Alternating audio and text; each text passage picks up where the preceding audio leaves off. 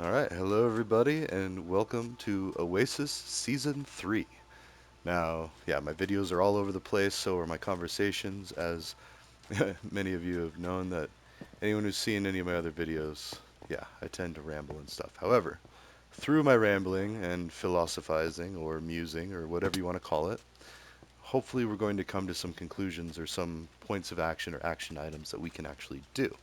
So, and a lot of it is to help humanity, but also this is kind of relaxing too, Minecraft and all the cool things that you can do with it. Oh, I forgot I was making this. Um, but anyways, yeah, so we're actually going to break it up into, let's see, I did sidetracked, which divided up a few videos that I wanted to keep together where I feel like I really started getting through on some things. Of course, I feel that a lot, so we'll see. But for now, see, I don't even remember what I was doing. But things that I want to focus on are just kind of like an overall index, like a guide, a book. Not a book though, because that's the problem. Also, I see some iron over there. Let's go ahead and let's get sidetracked a little bit in this cave. But yeah, I'm making this season 3 because we can group these videos all together. Um, Basically, I'm thinking like a Google Doc because I love Google. Like all their stuff is free. I mean, well, I'm considering they're spying on you, stealing your information, but uh, which can be obtained in other ways. So it's not almost like not even that big of a deal that Google's doing it, and then at the same time providing a bunch of free like good stuff like email and all that, like and just and then securing it and monitoring it and actually acting as like a kind of layer of defense in itself. So yeah. Anyways, the point is the Google Doc to kind of have all of this stuff listed, like all of the projects. I started with a CodePen brainstorm and it has a lot of good stuff on there. It's a little out of date. I did that a few years ago, back when I was trying to find my next uh, career job, not just a job to put food on the table. But and so I was doing all sorts of like tech projects and stuff to try to showcase my skills and stand out from the competition. I was going to say the competitors, and then the yeah. So, and there is a lot. I mean, CSU alone churns out tons of computer science and applied computing technology degree holders like myself every year. And so this area is saturated with people that know technology. So then it's a competition. Well, like, okay, so I have this degree, and then I actually personally went back and got my cybersecurity certificate in CSU's first cybersecurity boot camp. You know, like another $10,000. But it was good. It was worth it. I mean, and that I feel like that actually landed my current role and gave me some job security for the next few years, as long as I continue to improve and learn and grow. But I mean, even that, it's not why I do all this stuff. It's interesting. It's like puzzle solving or problem solving. You're at puzzles. I've always loved a good puzzle or maze or what have you. MC Escher is really good drawing all those what is it, like the impossible building or something where it looks like it should not be possible to build such a thing. And of course it isn't. It's fictional. It's not like a real picture. It's a drawing or a recreation. And anyways, and you've seen some or that sort of thing pops up in other places. Like one of the probably the most popular is Rick and Morty when they're trying to get the truth tortoise, and it's just a very random side. Oh, I almost just jumped down a hole without looking where I was going. Okay. Also, what is down here? Any more iron? Nope, it's a dead end. But, anyways, so and problem solving is puzzle solving, all that. Like, it all is very similar. Oh, sorry, yeah, the truth tortoise. It's Rick and Morty randomly running on the upside down staircases. And so then once you see that, you might recognize it from other places. Like, because it's definitely been recreated. That particular human idea is very popular, very novel, you could say. So, I don't know. The whole. Ooh, there's even more down there. Or maybe that is where I was, but just a different. Because I do remember now cutting into. Let's see. Or maybe this is the end of the line. No, that's right. It is. Because then we end up in this giant cave. Which. Yeah, I'll have to find my way out again. Hold on. We weren't quite done getting the stuff in here. So, but anyways. Human idea, human thought. I mean, it's all been said and done before. Oh, wait, that's right. This is a whole nother thing. So to kind of show where it is, I should get like a water bucket or something. 'Cause then I could just, or usually if I have like a stack of, I don't even have any gravel. So say if I had a stack of sand, I could do that. Oh well. I do have a stack and almost a half of iron, so we'll go ahead and take that back. Because we can always go mining at a later time and get a lot. But anyway, so problem solving. And for anyone who goes into a computer science degree or tries to learn coding from textbooks or some kind of official program like that, chances are you're going to see something that says problem solving with, and then the language, problem solving with Java, problem solving with C++, problem solving with Python. Because that's basically what computer science is you have a bunch of problems, or just things that you'd want to accomplish, problems, tasks, things to do. And computers make that so much easier. Actually, let's see, let's go ahead and mend this. So, let's go ahead and get all this glass, because we're going to build... Oh. Anyways, and that's what a lot of these videos are. It's problem solving with humans. And I know it sounds awkward saying it, but I'm just going to keep saying it, because it's still better than the alternative, which is... I should just have a lot of space. I was going to go check on the crops. Men and women. So that's one of the biggest things. Like, just how we talk, how we communicate with each other. And it's problematic. I mean, but it's kind of that if it ain't broke, don't fix it type mentality. The only reason where we haven't gone through and addressed this. Now, sitting crisscross applesauce, that's a more recent one. And I remember I didn't like it when I first heard that because I was used to saying sitting Indian style, which, and this is kind of embarrassing to say, up until college, I didn't fully grasp just how offensive and dangerous that kind of talk is. Now, I'm not trying to sound overly not overly sympathetic, but overly compensating for it, because I feel like that's one of the biggest problems with our political issues, is the left, the liberal left, sometimes tends to come off as a little overbearing and like how dare you, do this and that, like attacking people and almost making things just as ugly as the problem itself, or or at least getting close. And it's like you can't fight fire with fire. I know that's a catchy thing to say, but you just can't. I mean, an eye for an eye leaves the whole world blind, and that's I want to believe Hammurabi with Hammurabi's code. Um, but regardless of where it came from, it's true. You, an eye for an eye leaves the whole world blind, and if you get your justice, you might feel good for a little bit, but like at what cost? I mean, now if the situation was just fixed, and actually when you think about it that way, you could be fixing the situation completely equally by relieving them of the emotional stress that was caused from the incident. And I know that's very vague. I'm being intentionally vague because I want these solutions to be scalable for everything, all of humanity's problems. Literally every last social problem, because we're pretty much fixing all of our worldly problems, our earthly problems, except for ourselves, our emotions, our attachments, our... Not saying that we can't have emotion, it's how do we acknowledge it and act within ways that will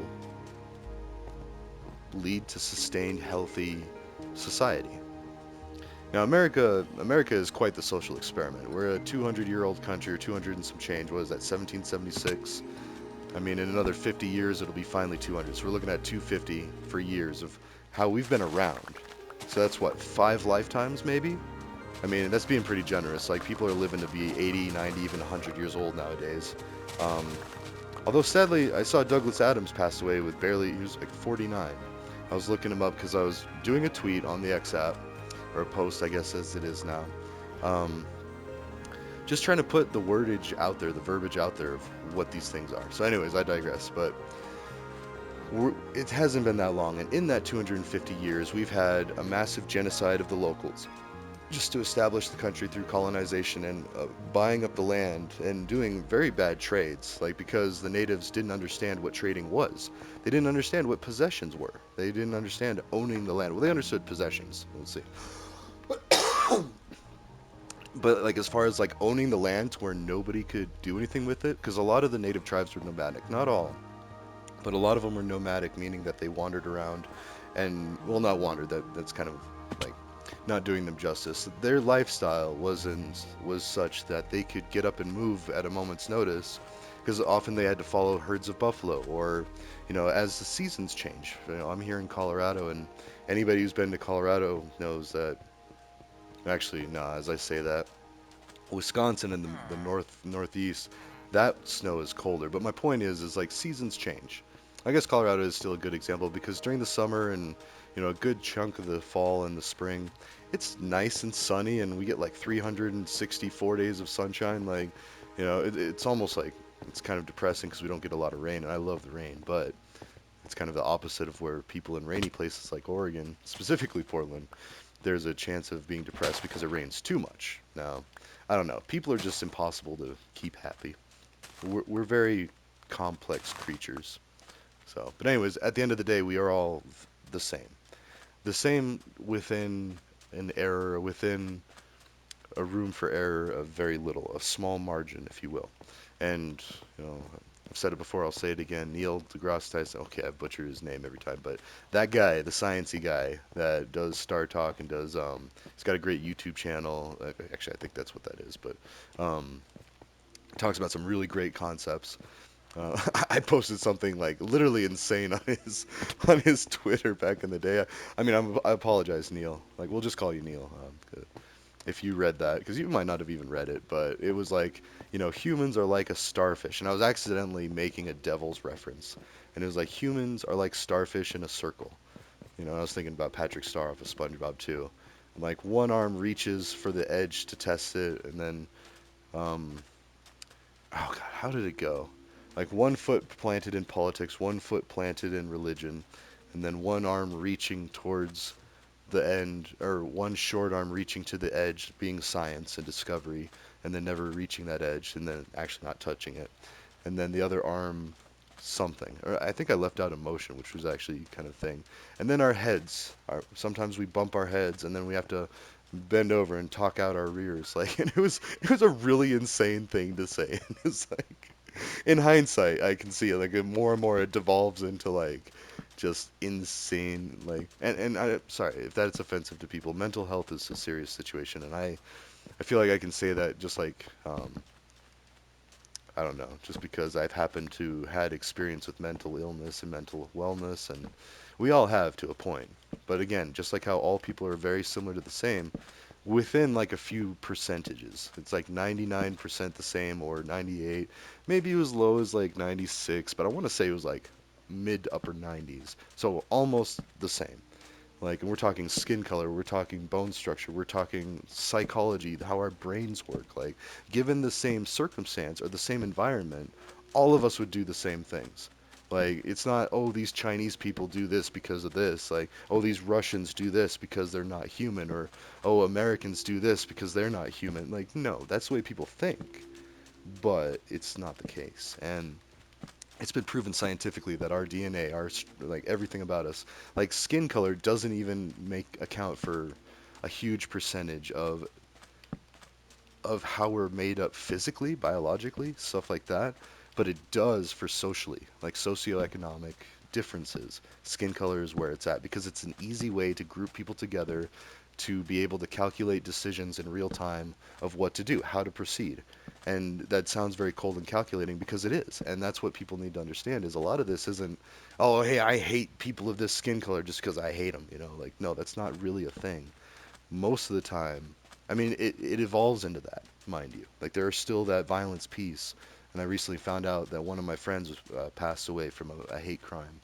I didn't even know he was Middle Eastern, and I didn't care. Like, I started to say this in one of the other musings, and let's actually get this out of the way because I feel bad.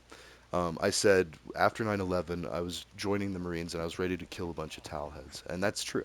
At the time, I was so mad and so riled up by our media, our news, I was ready to go kill people, like murder.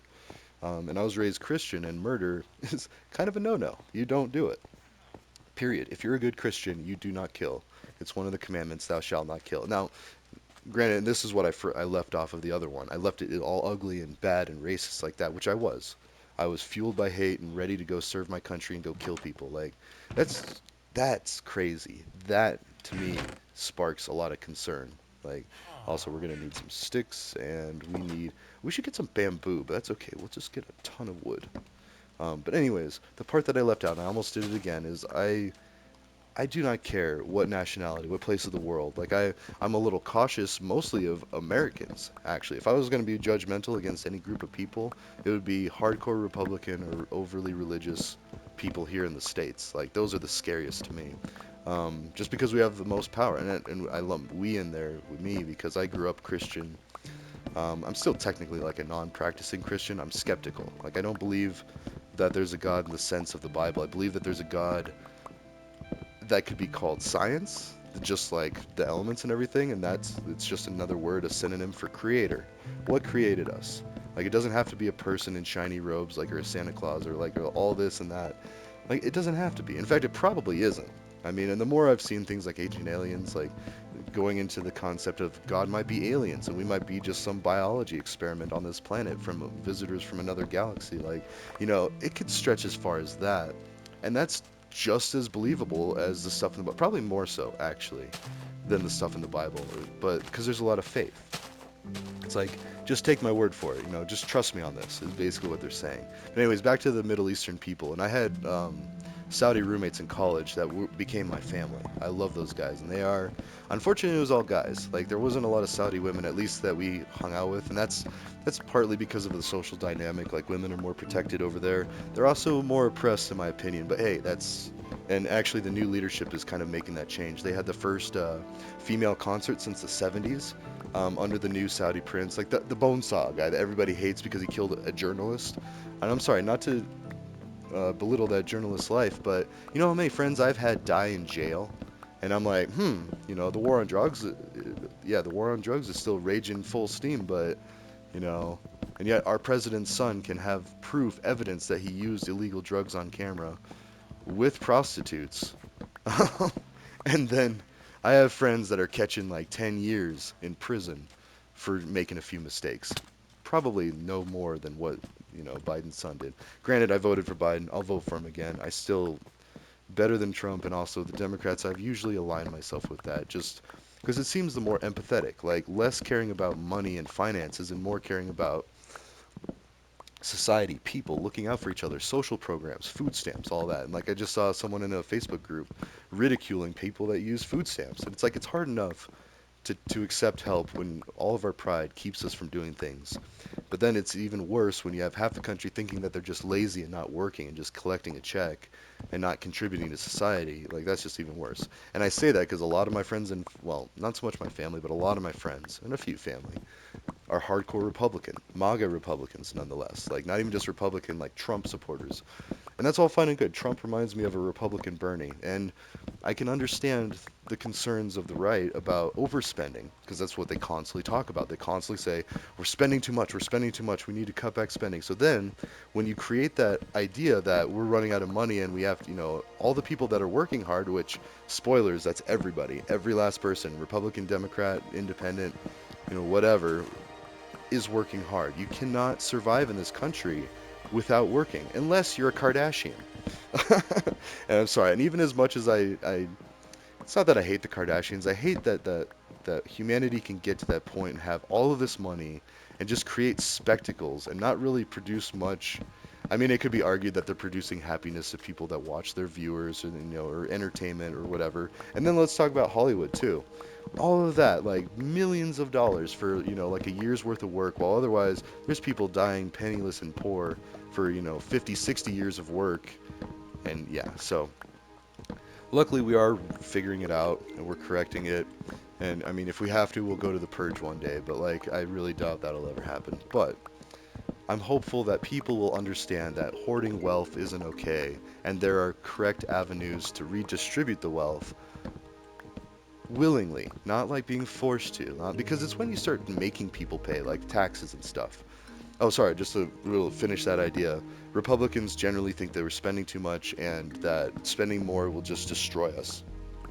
It's like that meme from the Tiger King, like this will financially, or I'm never going to financially recover from this. And that's oh, hold on, let me get a drink.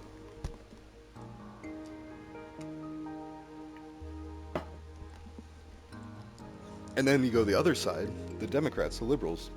Like, and even that, there's different. There's hardcore, and then there's like moderate. There's all these like varying degrees. I used to be a hardcore activist. Didn't do anything illegal, mind you, which is funny because now I help to hunt hacktivists as a white hat cybersecurity professional. Not because I want to punish them and get them in trouble, but because I want to protect people's servers and systems for the most part. I didn't jump to help out when they started DDoSing that abortion reporting website because I don't agree with it. But that doesn't mean I'm going to go commit a crime and try to DOS a website, which is denial of service when used in that context.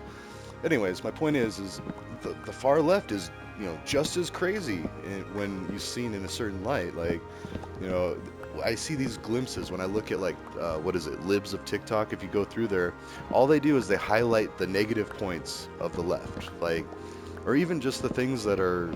Sorry, I'm specifically thinking of the gender issues, which, yeah, I fully support people to be happy and to people to identify as what they need, but I do not support people attacking other people for not following the rules that they made up. Like that is very childish, and I'm sorry. Like that's like stamp no erases. Like how there's like 50 words for, and I didn't even know what CIS was until, just recently. But I support them for what they do, just like I support religious freedom. It's until you start impacting other people's lives that then I have a problem with it. Then you need to chill, chill, or at least because nobody likes being told to calm down. But maybe take a second. Let's look at this together, and let's figure out why this is such an issue in this situation. Because overall, yes, there is a lot of hate. I remember Matthew Shepard got murdered for being gay back in the day up in, I'm pretty sure it was Wyoming, and they found him on a fence post on the side of the road just because he was gay. And like I was mentioning earlier, one of my friends got killed because he was a Middle Easterner. I don't know if he was Indian, Saudi, Iranian, well, doesn't matter. I thought he was Italian, and he was darker skinned, but he, I never met his family, like anything like that. So my point is, I didn't see him like that, but somebody did. And it's actually kind of funny in hindsight because I do remember him wearing things like scarves and stuff like some of my Saudi friends wore. And then, and he liked a lot of the music I did, which was unusual music, like outside the mold. I remember I banged To Knock, or bumped To Knock all through college. And like that's from Deller Mondi, I think, or Deller Medi, this guy from India, I believe. And I felt really bad because I asked my roommate Abdul. I was like, "Hey, what's he saying?" He's like, "What do you mean? What is he saying?" I was like, "What's he saying?" Like, I don't know. He's like, "What, you racist man? Not everybody speaks. That's India or something like that." I was like, "Oh." And then I noticed the little social cues, like, oh yeah, he's dressed more like someone from India. He's, the actual language. I mean, it's all very complicated to me because I'm not familiar with it. I mean, even living with those guys for a long time, for what, 4 or 5 years, I learned some Arabic. A lot of the bad words, of course. The best things to learn when learning a new language from your buddies. Like, so. Anyways, my point is, I went from a bloodthirsty Marine to, well, that actually fell through. Like I've said before many times, because I am worried about people mistaking me for being military for a couple reasons. Stolen valor, which my dad was military, and a lot of my family has been military, and it's disrespectful to them to get stolen valor. But also because I don't agree with a lot that the military does. Again, it's not their fault. It's not my dad's fault, but it's not the Nazis' fault either. They were just following orders, right? And so there you go. There you got to draw the line somewhere to be. It's like, no.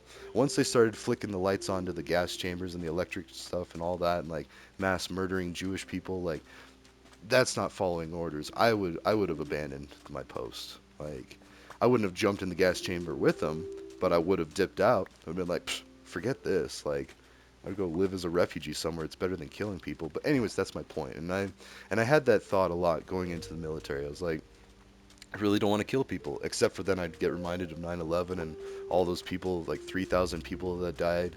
3,000. Now, that sounds like a lot right there. One person is a lot of people to die. That really shouldn't happen either, especially murder, like all out, like directly, intentionally killing somebody. I mean, even though it could be argued that those terrorists that day, if it was terrorists and not our government, but like those terrorists that day were just trying to send a message in this. They weren't really like, oh, this guy, Mr. Jones, you I want dead, or like you, Sally, I want you dead. Like all those people that died in the buildings, they didn't have personal beef or vendettas against these people, is what my point is. And same with the Marines, and I fully support the Marines or no, sorry, I support them to a point, and here's why. Because we need to figure out a few things to where they're not being asked or told. Well, they're not asked, they're told and barked at, pretty much. To where they're not being told to kill people, where their job doesn't involve killing people.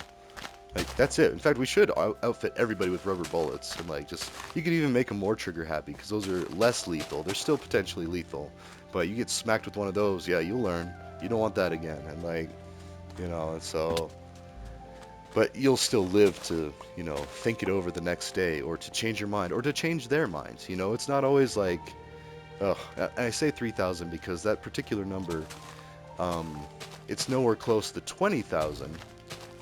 Actually, in fact, a quick Google search. Should we do that? Yeah, let's do that real quick.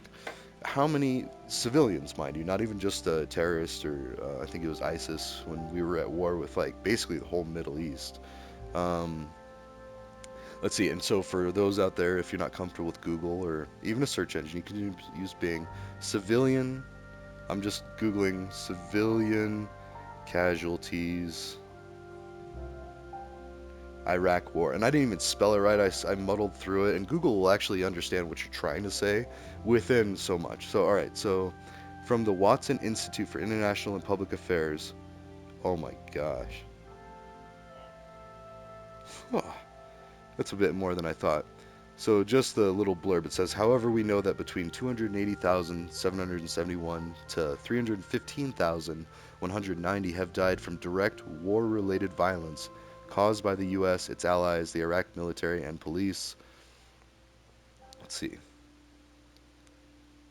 And then this other source, Wolfram Watson, says the U.S. post 9/11 wars in Iraq, Afghanistan, Yemen, Syria, and Pakistan. And I have a friend from Yemen too. He was right on the border, which there's some trouble there. But anyways, and Pakistan have taken a tremendous human toll on those countries.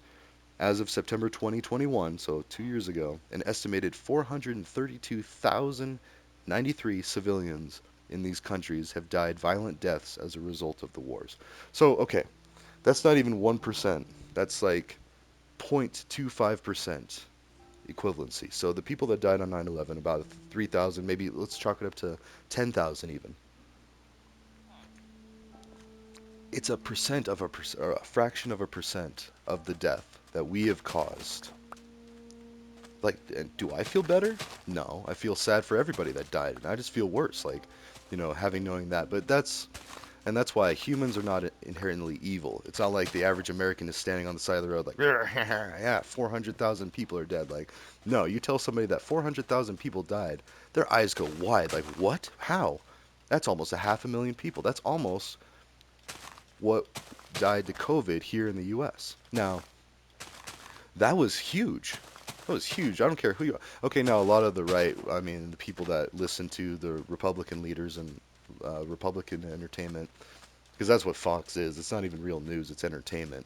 And they've even said it as much. I hate that because I watch it and I start getting mad at people like myself. And I'm like, wait a minute. Like, what's going on here? So it's manipulation. It's social engineering, basically. Anyways, my point is, 500,000 people have died because some people flew some planes into some buildings, and we're not even 100% sure that those people weren't ourselves. Like, and so that's the big thing. And if you watch movies like Loose Change, Zeitgeist 1, which now you have to pay to see it on YouTube, but it's there. Watch Zeitgeist if you don't believe me. And I'm not saying everything in there is true. I don't know. I'm not an expert. However, they ask some pretty good questions in there, and they point out some pretty significant discrepancies from what we were told happened that day. Let's get some melon seeds. Alright, and let's get some dye. Why not? Some white dye. Well, no, we can make white dye. Let's get the flowers, though. Because we're healing our axe, and we're going to get some produce stuff. Anyways. Also, we want another one to come sooner. And I think, I'm not sure. It might be random spawning. It might come faster. Like, I don't know if they're allowed to spawn in an area that already has one. So I could see that being part of the underlying code. So I just take them out. Just kind of, it's a computer. It's not. I'm not vengefully like, I want to kill some wandering traders, or I'm not getting like Dexter level excitement out of killing people. Although this person, I don't think they can have a job, but that's okay. You can be without a job for now. They're unemployed. Look at that. But anyways, again, computer though. It's not like I'm out. But if I was solving problems for society, I also wouldn't be the only one out here gardening and stuff. I wouldn't be the only one building structures. Like there would be everybody doing it. So anyway, sorry, justifying my violence to a simulation. I digress. But my point is, with all of that roundabout ways, is just like if you look at those numbers, those ideas, and that could be true, could be false. I know for a fact, or no, not for a fact. Sorry, I feel confident that I could say with good authority that at least 100,000 civilians died. Just take a fourth of what I just read on, some website, which, and Google does this. They weight the responses from how busy a website is. Now, granted, there are ways to hack that, and have a bunch of people visit it or write bots to visit it and, you know, basically break the rules of the algorithm to make something appear more legitimate.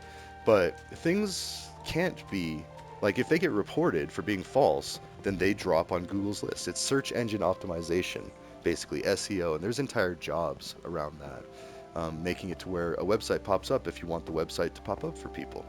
Now, or like if you don't want the website to pop up, like hacktivists do against porno sites. Like that's one of the biggest headaches. Sorry.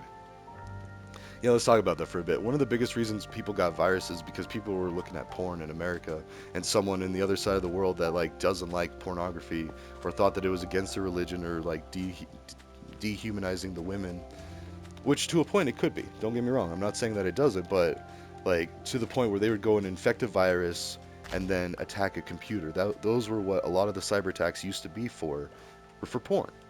And it's still to this day, if you go to Dubai, it's blocked. If you go to, the Middle East, a lot of those places, or India even, I think, like India's blocked Starlink. Like they don't want the outside world to be able to reach their kids, and I respect that to a point. I mean, I don't want my kids seeing that stuff either. Like that's why we have, tighter controls over here, but you might not be able to achieve those controls in other countries. So, anyways, hacktivism, it's not good, but some of the violence, why the Middle East hates the West. And that's not even true for everybody. But if you're going to fix a problem, you need to understand the facts, like the things that lead up to it or the components of the problem. Otherwise, you may not fix the problem. So, anyways, that's the first one. In fact, I think we even might have went over a couple minutes because I didn't have to delete any videos. Yeah, 2 minutes over. So, ta-ta for now. This is Oasis Season 3, and I'll be making a few of these today. So, I will see you in the next one.